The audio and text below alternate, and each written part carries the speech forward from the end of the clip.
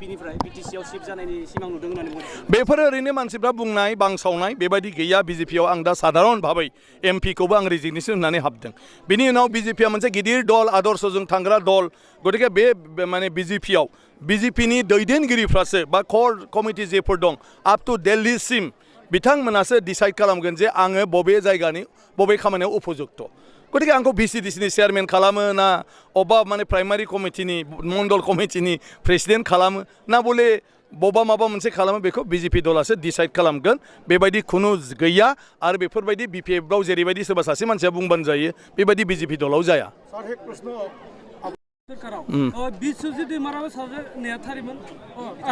ना आं मोनजायैखायनो आं ओंखारबोबाय आं मोनजायैखाय ओंखारबोबाय मोनजानायफ्रा थाबाय जायफ्रा गोदान मोनजादों हाबहैबाय गतिके बेवलाय मा गिदिर बाथ्रा बेखौसो बुंनांगौ बिसोरो जे गावनो मोनजायैखाय बे खालामदों गतिके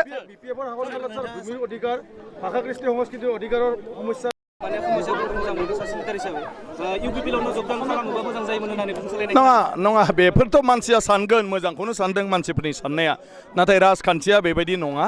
जे आं दिनै बिपिएफजों खामानि मावनाय दांनायनि पलिसि लानायनि सायाव मोनसे संघात फैदों बिपिएफ देलाव बर' हारिनि मोनसेबो इसु गैया दिनै नोंसोर गासिबो जुदि इसुखौ नायो बर' गोरोबथाखौ होबथानाय बर' काउन्सिल दानायखौ होबथानाय नोङो माने मा होनो बेबायदिनो आरो बर'नि गुबुन गुबुन जेफोर खामानि दं जायखौ आं बुंथावा मालायफोरनि खामानि मावनानै होनायनिल'सो एजेन्डा दं होमब्ला माथो बर'नि जाखो बेलाय गतिके बेवहाय जेबो एजेन्डा गैला ओंखायनो आंहा बिदि होननानै बर'निल' नङा जे जोङो आसामनि बयजोंबो गोरोबनांगोन भारतनि बयजोंबो गोरोबनांगोन आरो बाहेरायाव थानाय बर'फोरनि खोथाखौबो सिन्था खालामनांगोन ओंखायनो बेफोरखौ खामानि मावनांगौबा बिपिएफआव थाबाय थाब्ला जाया आरो बिपिएफनि सिन्थाया खालि गावबा गाव राननानै जानायल'सैब्ला बेवहायथ' आं गैयाबाबो रानलायनानै जानो हागोन ना जानायल'आव मानो नांगौ रायजोनि खामानि मावनोसो नांगौ बेनिफ्राय इउपिपिएलनि बाथ्रायाव आं बुंदों दिनै इउपिपिएलआ मोजां मोनसे लिडार टिमा गोरोबनानै खामानि मावगासिनो दं बेयाव आं हाबखाव होयोब्ला गन्दगल जाया होमबा गतिके मानो नोङो एथ' सान्थियै सोलिलांनाय न'खरखौ नस्थ' खालामनो गतिके बिथांमोना मोजाङै थांबाय थागोन आरो जायफ्रा सानदों इउपिपिएलखौ मोजां मावगोन बिथांमोना इउपिपिएलजों थाफानानै थांनानै मावब्लानो जाबाय आं डास्टबिनाव दंखायो चन्दन ब्रह्म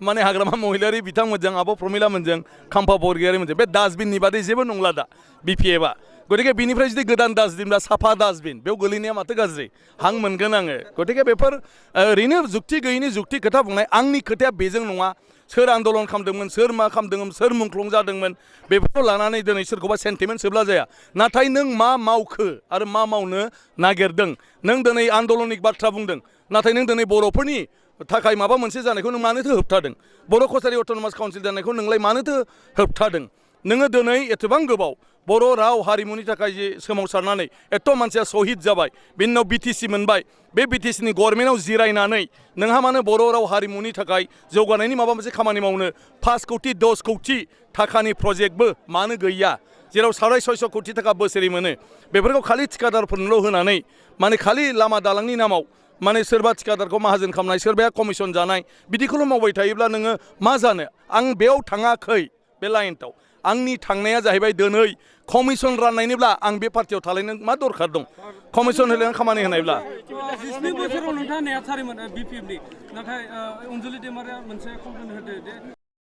बिजेपिआव फैनायनि गुबै जाहोना आं होनदों सिम्पल खोथा जे बिपिएफआव दा बिटिसिखौ जौगाहोनायनि बिटिसिनि सुबुंफोरखौ जौगाहोनायनि जेबो हाबाफारि गैया आरो बिपिएफ हान्जानि दैदेनगिरिफ्रा दा रायजोनि बाथ्राखौ लानानै खुनु माने माबा गैला बेस्थ' गैला बिथांमोना बिभिन्न बेपार बानिज्यनिफ्राय आरम्भ खालामनानै गुबुनाव बेस्थ'था जाबाय गतिके रायजोनिखौ साननो हाला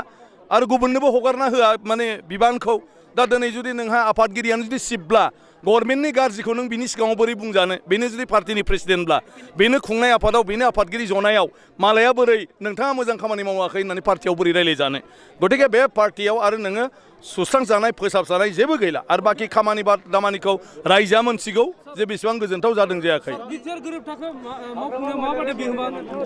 बिटिआर गोरोबथानि माने गोरोबथाखौ मावफुंनायाव जिहेतु बिजेपिआनो गोरोबथा खालामदों ओंखायनो बिजेपिआ मावफुंखागोन बे मावफुंनांगौनि बेलायाव आङो दिनै बिजेपिनि जेफोर दैदेनगिरिफोरजों सोमोन्दो दं बिजेपिनि गभर्नमेन्टनि जायफोर मन्थ्रिफोर मुख्यमन्थ्रि बा सोरबा हम मिनिस्टार सेन्ट्रेलनि सोरबा प्राइम मिनिस्टार आं जेब्लानो सुजुग मोनो बेखौ मावफुंनायनि बेलायाव आंनिफ्राय जि रोखोमनि बिथांमोननो माने मदद नांगौ बा फोरमायनांगौ बुजायनांगौ बेफोरखौ खालामनानै आङो मदद होगोन बाखि जायफ्रा सागनगिरि बिथांमोना बेखौ लानानै माने गभर्नमेन्टजों जिरायबाय थानांगोन आरो गभर्नमेन्टनि मानसिखौ जुदि आं माबाफोर बुंनांगौ दङब्ला सहाय खालामनांगौ दङब्ला बेखौ आं खालामलांबाय थागोन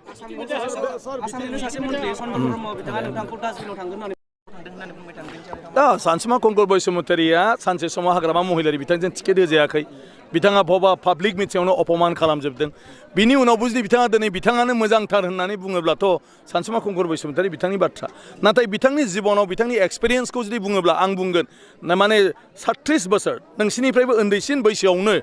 बिथाङा बड'फा जि माने रुंसारि जानायनि उनाव बर' आन्दोलनखौ दैदेननायनि बिबानखौ मोन्दोंमोन एबसुनि आफादगिरि बिथांनो होफिनदोंमोन नाथाय 1990 मायथाइयाव बिबानखौ लानानै 1993 मायथाइयाव बिथाङा फेब्रुवारि दानाव बिथाङा माने सुक्ति खालामनानै कमप्रमाइज खालामग्रोदों दिनै बिटिआर सुक्तिनि एबसुखौ रायदों सोरखौबा रायदों प्रथम माने कमप्रमाइज खालामग्रा मानसिया जाहैबाय आलादा रायजोनि डिमान्डखौ नागारनानै सुक्ति खालामग्रा मानसिया जाहैबाय मानगोनां सानसुमा कंकर बैसुमतारि दा दिनै बे बोराय बैसोआव सोरखौबा दाय होनानै बुंफिनोबा मिसा मिसि सोरजोंबा सेंग्राफोरजों रायजानायनि बादै मा जानो आंथ' खावलायदों आदा सानसुमाखौ जों सन्मान होयो बिथांखौ जों मान खालामो आरो आं लुबैया आदा सानसुमाया दिनैनि दिनाव जोंनि सेंग्राफोरनि नोजोराव माने गाज्रि महरै बिनि माबाया हाबनानै दाथाथों गोरबोआव आरोखि खारन बिथाङा बोरायबाय जिरायदो बिथांनि दिननि सेक्रिफाइसआ जोंनि थाखाय जोबोद मुल्य दं आरो बिनि थाखाय जों बिथांखौ आइडल हिसाबै लागोन जों सन्मान खालामगोन नाथाय बे जोबथारनाय बैसोआव जेराव बे आन्दलन खालामनो हाया खारनो हाया जेबो खालामनो हाया अकल राजनैतिक सार्थआव हाग्रामा महिलारिनि माबा मोनसे बाथ्राखौ लानानै बिथाङा जुदि दिनै बेफोरबायदि बाथ्रा बुङोबा आं सानो जोंनि थाखाय बिराद उसुबिदा आं बिथांखौ रायो माने समालोचना खालामनो आं गोसो गैया नाथाय माखासे बाथ्राखौ बुंनांगौ जायो बिथाङा जिहेतु बड'लेण्ड नांगोन बुंबाय थादों होमबा हाग्रामा बिथांनि एसे माबा दङ नामा ना डेफिनेटलि सेम खोथा बाथ्रा सेम बिथांनोनो होनो थिनदों बिथांमोना दा गिदिंगासिनो दं बिपिएफनो हो होनदों मानो हो होनदों डेफिनेटलिथ' बेनो ना आरो आं सानदों इसिबांथारबा मानोथो थाखोमा खारखोमा बुंदों मानगोनां हाग्रामा महिलारि बिथांजों स्टेजआव गाखोफानानै बुंफाबानो जायो साइड बुंनांगौनि मा खोथा दं बिथाङा आरो बे गोदानै जे रायजो बिनायनि थाखाय बिथाङा मोनसे जि माबा दाबावदों आफाद दाबावदों बे आफादनि सायाव नोंथाङा बुं जाय मानसिया सेंग्रा समाव हायाखै बे बोरायनोसै समाव हायो नामा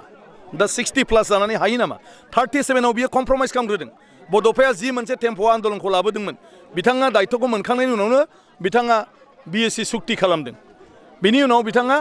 6 मास सिफ जानानै बे बिएससिखौबो मावफुङाखिसै मानगोनां प्रेमसिं ब्रह्मआ बे समाव सिफनि दायथ'खौ लाफिननानै बे बिएससिखौ इस्टाब्लिश खालामदों आरो बिनि सायावनो बिटिसि जानायनि उनाव गोरलैयैनो बे बिटिसिखौ माने दाफुंनानै दिनै खामानि मावगासिनो दङ गतिके बिथांनि